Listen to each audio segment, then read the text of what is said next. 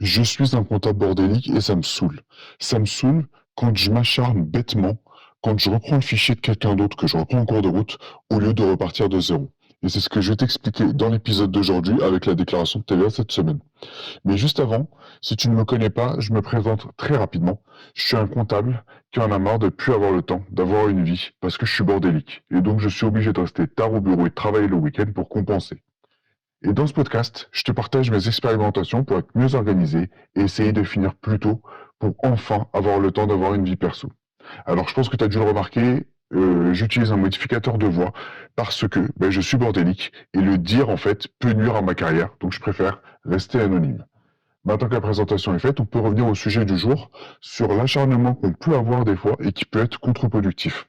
Donc en fait, ce qui se passe cette semaine, c'est que au niveau de la déclaration de TVA qu'on fait au sein de l'entreprise où je travaille actuellement, c'est que ça demande du travail. Il y a pas mal de fichiers qui sont assez lourds, etc.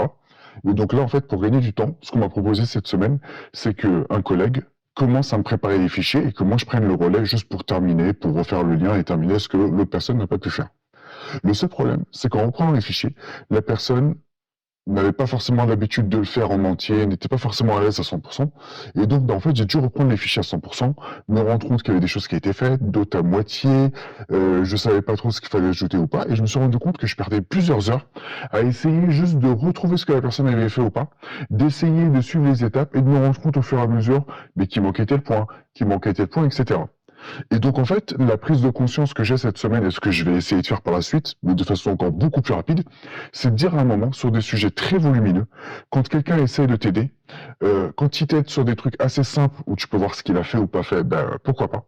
Mais dès que c'est des sujets assez compliqués, avec pas mal de fichiers à mettre à jour, pas mal d'onglets à mettre à jour, avec des choses un peu différentes et plein d'étapes, si tu as un doute sur un milieu d'étape ou une étape parmi plein d'autres qui ne sont pas à jour, franchement, des fois, vaut mieux repartir du fichier, par exemple, nous, ce qu'on fait, c'est qu'on repart des fichiers du mois dernier, plutôt que de prendre un fichier qui est déjà préparé, mais dont tu n'es pas sûr à 100%, et où tu vas perdre plus de temps à essayer de le finir, en fait, de finir le travail, d'expliquer les écarts, etc.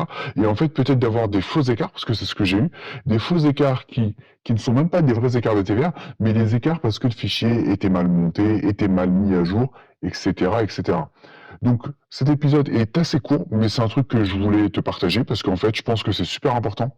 Au lieu de se borner des fois à perdre du temps, à essayer d'être dans cette mentalité de se dire je vais pas perdre de temps à tout recommencer, mais en fait, tu perds encore plus de temps à essayer juste de terminer des choses que tu n'as pas commencé parce que tu ne maîtrises pas, parce que tu ne sais pas tout ce que la personne a fait ou pas fait, et donc à perdre beaucoup plus de temps que ça. Donc voilà la prise de conscience de la semaine, repartir d'une feuille blanche, repartir de zéro comme si quelqu'un n'avait rien fait ou pas fait une étape qui est très compliquée, plutôt que d'essayer de continuer et de se casser les dents dessus. Voilà pour l'épisode et ma prise de conscience de la semaine et ce que je vais essayer de faire.